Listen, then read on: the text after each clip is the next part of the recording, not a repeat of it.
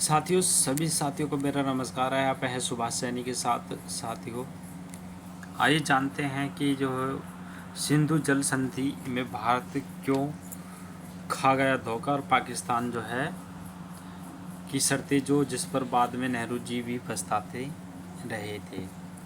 तो ऐसा क्या था कि जो नेहरू जी प्रधानमंत्री थे उस समय क्यों पछताना हुआ? तो बहुत से कार्य जो ऐसे हुए उस समय कि ना चाहते हुए भी वो कार्य करने पड़े। तो इसी पे विचार करते हुए जो है आगे बढ़ते हैं। और क्या कंडीशन रही उस समय जब भारत आज़ाद हुआ 1947 में। तो इसमें काफ़ी बातें हैं जो जिस तरीके से हम लेकर चलेंगे साथियों, और एक एक खबर पर चर्चा करते रहेंगे। तो प्रधानमंत्री मोदी जी ने सिंधु जल संधि की आलोचना करते हुए कहा कि नेहरू ने पाकिस्तान की शर्तें पर हस्ताक्षर किए जिससे भारत को बांधों की जो सफाई का अधिकार भी नहीं मिल पाया। बाद में नेहरू जी की गलती भी मानी है। तो इसी को देखते हुए कि किस तरीके से क्या विचार आए थे और क्या कंडीशन रही उस समय। तो प्रधानमंत्री नरेंद्र मोदी ने मंगलवार को ऑपरेशन सिंदूर पर चर्चा के दौरान पाकिस्तान के साथ हुई सिंधु जल संधि की जमकर आलोचना की है। उन्होंने बताया कि पाकिस्तान की शर्त पर पूर्व प्रधानमंत्री जवाहरलाल नेहरू ने एक ऐसे करार पर हस्ताक्षर कर दिए थे जिसमें बांध की सफाई का भी भारत को अधिकार नहीं था। यह तक कि बांध के एक गेट की वेल्डिंग कर दी गई जिससे यह किसी भी तरीके से नहीं खोला जा सके। बता दें कि 22 अप्रैल को जब जम्मू कश्मीर और कश्मीर के पहल की बेसरन घाटी है उसमें आतंकी हमले में अगले दिन भारत ने सिंधु जल समझौता पर रोक लगा दी और इस संधि को ठंडे बस्ते में डाल दिया गया था। तो बांध हमारे यहाँ पानी हमारा निर्णय, ये कैसी स्थिति है कि प्रधानमंत्री नरेंद्र मोदी जी ने देश को चौंका दिया था और ये छुपाई गई, दबा दी गई। और कहीं भी बांध बनता है तो उसमें एक मैकेनिज़्म होता है, उसकी सफाई का डिसिलिटिंग का, उसमें मिट्टी भर जाना, जो घास वगैरह आकार बढ़ जाता है तो उसकी कैपेसिटी कम हो जाती है। तो उसकी सफाई के लिए इनबिल्ट व्यवस्था होती है। नेहरू जी ने पाकिस्तान कहने पर यह शर्त स्वीकार की। तो उस समय नेहरू जी ने इस शर्त को क्यों माना और क्या परिस्थिति रही होगी? तो इन बांध में जो मिट्टी आएगी, कूड़ा कचरा आएगा और बांध भर जाएगा, इसकी सफाई नहीं कर सकते, डिसिलिटिंग नहीं कर सकते। बांध हमारा, यहाँ पानी हमारा, लेकिन निर्णय पाकिस्तान का। ऐसी क्या बात है? आप डिसिलिटिंग नहीं कर सकते। एक बांध तो ऐसा है जिसमें डिसिलिटिंग के लिए जो गेट होता है उसमें वेल्डिंग करा दी गई थी ताकि कोई गलती से खोलकर मिट्टी को ना निकाले। पाकिस्तान ने नेहरू जी के लिए लिखवा लिया था जो भारत बिना पाकिस्तान की मर्जी अपने बांधों में जमा होने वाली मिट्टी साफ नहीं करेगा, डिसिलिटिंग नहीं करेगा। तो ऐसे भारत में नेहरू जी के काल में ऐसी स्थिति उन्होंने पैदा कर दी थी पाकिस्तान ने। तो बाद में नेहरू जी को समझौता पर पछतावा था। जब नेहरू जी ने हस्ताक्षर किए थे, क्या उस समय नेहरू जी ने ये पढ़ी नहीं होगी रिपोर्ट? तो रिपोर्ट तो पढ़नी चाहिए थी। तो पीएम मोदी ने बताया कि नेहरू ने निरंजन दास गुलाटी के सामने यह गलती स्वीकार की जो समझौते में शामिल थे। उन्होंने कहा यह समझौता देश के खिलाफ था और बाद में नेहरू ने यह गलती मानी थी। नेहरू ने उन्हें गुलाटी को बताया कि उन्हें उम्मीद थी कि समझौते से कई अन्य समस्याओं के समाधान का रास्ता खुलेगा, लेकिन वे जहाँ के तहाँ हैं। नेहरू सिर्फ तत्कालिक प्रभाव ही देख पाए, लेकिन सच्चाई यह है कि इस समझौते ने देश को बहुत पीछे धकेल दिया। हमारे किसानों और खेती की नुकसान पहुंचाया, लेकिन नेहरू की कूटनीति में जो किसान थे अस्तित्व का कोई ध्यान नहीं रखा गया। औचित्य राष्ट्रीय हित क्या है और कूटनीति क्या रही। पहलगांव आतंकी हमले के बाद भारत सिंधु जल संधि निलंबित करके बांध की सफाई का काम शुरू किया गया।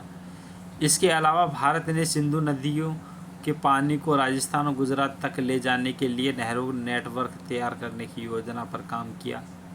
हालांकि वेल्डिंग वाले गेट की वजह से बांधों की सफाई के काम में दिक्कतें आ रही। पीएम मोदी ने इस समझौते के लिए राष्ट्रीय हित से समझौता करने का कांग्रेस पर आरोप लगाते हुए कहा कि ये नदियां हजारों वर्षों से भारत की सांस्कृतिक विरासत है का हिस्सा रही और ये नदियां हजारों वर्ष तक भारत की सांस्कृतिक विरासत का हिस्सा रही, जिन्होंने भारत की उर्वरक और समृद्ध बनाए रखने में महत्वपूर्ण योगदान दिया। सिंधु जल संधि भारत की पहचान और गौरव से सीधा विश्वासघात था। वे इन नदियों का 80% पानी पाकिस्तान को देने को राजी हो गए थे। इतने बड़े देश के लिए मात्र 20% पानी छोड़ दिया। क्या कोई इसका औचित्य समझा सकता है? हित, राष्ट्रीय हित या कूटनीति कहाँ थी? तो पाकिस्तान को नहर के लिए लाखों रुपये दिए गए थे। पीएम मोदी ने कहा कि अगर भारत के हक का पानी पाकिस्तान को नहीं दिया गया होता तो कई राज्यों के बीच विवाद न होते। पंजाब, हरियाणा, राजस्थान और दिल्ली के किसानों को पर्याप्त पानी मिलता, उनके सामने पेयजल की कोई दिक्कत नहीं होती और भारत औद्योगिक प्रगति के लिए बिजली पैदा कर सकता था। वे बोले कि इतना ही नहीं, नेहरू ने पाकिस्तान को नहर निर्माण के लिए लाखों रुपये भी दिए थे। सिंधु जल संधि पर रोक के बाद पहली बारिश में ही तड़पने लगा पाकिस्तान। भारत ने एक्शन लिया तो क्या सता रहा है डर उसको, पाकिस्तान को। अब देख सकते हैं कि जो है पाकिस्तान में कितने बुरे हालात हो गए थे। तो पाकिस्तान इस समय गहरे संकट का सामना कर रहा है। देश में बाढ़ का कहर है वो जारी है, जिसमें सैकड़ों लोग मारे गए हैं। इस बीच पाकिस्तान के लिए भारत का डर और बड़ा हो गया है, जिससे सिंधु जल संधि को स्थगित कर दिया गया। पाकिस्तान इस समय भी जो भीषण बाढ़ के संकट से जूझ रहा है। तो इस साल बढ़ा जो बाढ़ ने अब तक कम से कम 242 लोगों की जान ले ली है। तो नए तूफान के आने से भी लोग मारे जाने की आशंका है। तो इस बाढ़ ने पाकिस्तान को जल संकट का भयानक भयभीता जताई है कि जो सामने ला दिया है। पाकिस्तान का जल संकट केवल बारिश और बाढ़ तक नहीं सीमित रहने वाला, यह इसके बाद पानी की कमी के रूप में आने वाला है। ख़ास तौर पर जब भारत ने पाकिस्तान की लाइफ लाइन कही जाने वाली सिंधु जल संधि को स्थगित कर दिया गया, तो पाकिस्तान का एक बड़ा क्षेत्र हजारों साल से सिंधु नदी के पानी पर निर्भर रहा। पाकिस्तान के जल संकट को समझने के लिए कुछ आंकड़ों पर नज़र डालनी चाहिए, जो विभिन्न मानकों के आधार पर पाकिस्तान वर्तमान में दुनिया का 15वें सबसे अधिक जल संकट क्षेत्र के रूप में है। विश्वसनीय और विश्व वन्यजीव कोष पाकिस्तान WWF के अनुसार देश की वार्षिक प्रति व्यक्ति जल उपलब्धता 1947 में लगभग 5,600 घन मीटर से गिरकर 2023 में केवल 930 घन मीटर रह गई। संयुक्त राष्ट्र के खाद्य एवं कृषि संगठन FAO के अनुसार पाकिस्तान का जल संकट विश्व स्तर पर सबसे अधिक है, जो बताता है कि यह अब राष्ट्रीय अस्तित्व का प्रश्न है। भारत से मिलने वाले पानी पर निर्भर पाकिस्तान क्यों रहता है? पाकिस्तान में पानी की कमी केवल घरेलू मुद्दा नहीं है, यह एक क्षेत्रीय भू राजनीतिक विवाद का विषय है। भारत और पाकिस्तान के बीच जल बंटवारे को निर्धारित करने वाली यह संधि खतरे का सामना कर रही है। इस संधि के तहत पाकिस्तान को भारत से आने वाली सिंधु, झेलम और चिनाब नदियों के पानी पर अधिकार मिला था, जो पाकिस्तान के सिंचाई जल का 80% हिस्सा कवर करता है। इसके साथ ही पाकिस्तान की बिजली सिंचाई उत्पादन क्षमता का लगभग 1/3 हिस्से मिलते हैं। यही वजह है कि इसी साल 22 अप्रैल को पहलगाम आतंकी हमले में 26 नागरिकों की मौत के बाद भारत ने कड़ा कदम उठाते हुए संधि को स्थगित करने की घोषणा की, जिससे पाकिस्तान में खलबली मच गई। न्यूयॉर्क टाइम की रिपोर्ट के अनुसार अगर भारत एक तरफा तौर पर पानी को रोक लेता है तो पंजाब और सिंध में पाकिस्तानी कृषि क्षेत्र को पानी का उपलब्धता में 35% की कमी का सामना करना पड़ सकता है। ऐसी स्थिति में पाकिस्तान के लिए किसी बुरे सपने की तरह है, जिससे आर्थिक व्यवस्था का खाद्य आपूर्ति इन नदियों पर जुटी हुई है। पाकिस्तान के लिए असल खतरा आगे क्या है? पाकिस्तान के डॉन अखबार ने अपनी रिपोर्ट में कहा कि सूखे की महीने में खतरा बहुत वास्तविक है। भारत नदी के प्रभाव में बांधा पहुंच सकता है, जिससे सूखी जैसी स्थिति पैदा हो सकती है। फिर बिना किसी चेतावनी के पानी छोड़कर नीचे की ओर अचानक बाढ़ आ सकती है। पाकिस्तान के लिए संकट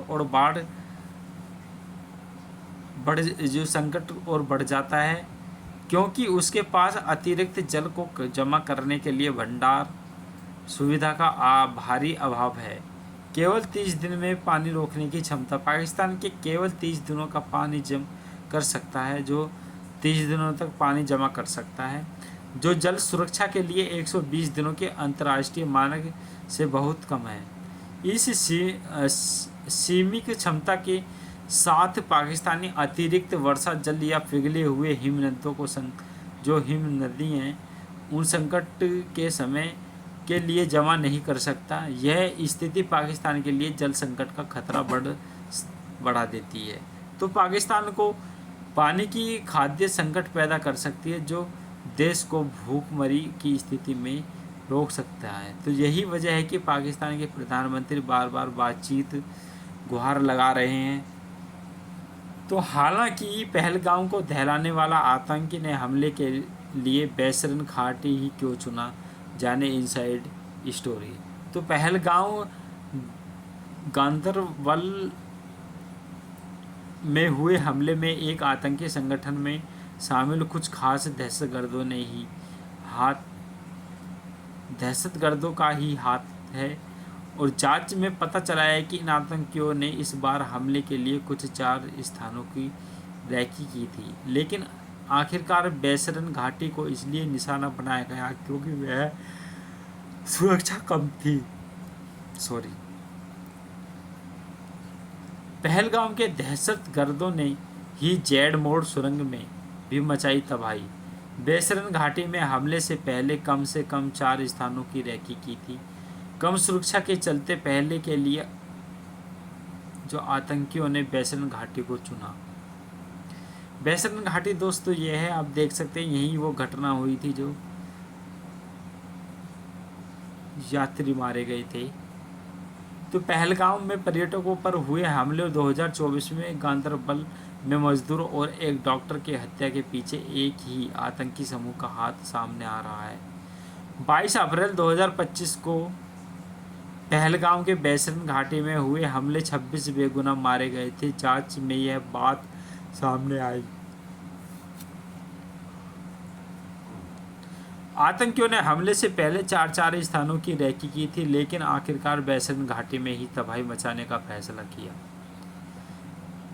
जांच से यह पता चला कि इस हमले को जिस पाकिस्तानी आतंकी संगठन लश्कर-ए-तैयबा LT ने करवाया, उसी को उन्हें दहशतगर्दों ने पहले 2024 में जेड मोड़ सुरंग के पास 6 मजदूरों और एक डॉक्टर को मार डाला था। यह हमला जम्मू और कश्मीर में लगातार हो रहे विकास के प्रति लोगों का मनोबल तोड़ने के मंसूबे के साथ किया गया था। सुरंग हमले में शामिल था हाशिम मूसा। रिपोर्ट के अनुसार, जो एनडीटीवी ने सूत्रों के हवाले से एक रिपोर्ट में बताया कि पहलगाम हमले में शामिल की गई आतंकी पहले जेड मोड हमले में शामिल रह चुके हैं। 2024 में हुए हमले में शामिल एक आतंकी जिसकी पहचान जुनैद अहमद भट्ट के रूप में हुई, दिसंबर में एक मुठभेड़ में मारा गया आतंकी। उसके बाद इसी समूह से जुड़े 2 आतंकियों को मार गिराया। खुफिया जानकारी से पता चलता है कि लश्कर का आतंकी हाशिम मूसा उर्फ सुलेमान, जो पहलगाम नरसंहार में भी शामिल था, उसने सुरंग हमले में भी भूमिका निभाई। सुरंग हमले में 7 लोगों की मौत हुई थी। जेड मोड़ सुरंग पर हमला अक्टूबर 2024 में हुआ था। आतंकवादियों ने एक प्राइवेट जो कंस्ट्रक्शन कंपनी वर्क कैप पर जो गोलीबारी की थी। इस हमले में 6 मजदूरों और एक डॉक्टर समेत 7 लोगों की मौत हुई थी। जेड मोड़ सुरंग, जिससे सोनमार्ग सुरंग के नाम से भी जाना जाता है, तो 6.5 किलोमीटर की लंबी है। इसमें 6 किलोमीटर की अप्रोच रोड भी है। यह सुरंग श्रीनगर को कारगिल से जोड़ती है और 8,562 फीट की ऊंचाई पर स्थित है और इस क्षेत्र के लिए साल भर कनेक्टिविटी के लिए बहुत ज़रूरी है। मरने वाले में एक डॉक्टर शामिल थे। सुरंग हमले में मारे गए लोगों में बड़गांव के डॉक्टर शहनवाज, पंजाब के गुरदास के गुरमीत सिंह, मोहम्मद हनीफ, फ़हीम नासिर सेफ्टी मैनेजर, बिहार के कली, मध्य प्रदेश के अनिल कुमार शुक्ला मैकेनिकल मैनेजर और जम्मू के शशि अब्रोल शामिल थे। ये सभी कंस्ट्रक्शन साइट पर काम करने वाले लोग थे। आतंकवादियों ने कंपनी की 2 गाड़ियों को जला दिया और मौके पर एक INSAS राइफल छोड़ गए थे। हमले में जो हमले किए थे बेसन ही क्यों चुना था? पहलगाम में अप्रैल 2025 में हुए हमले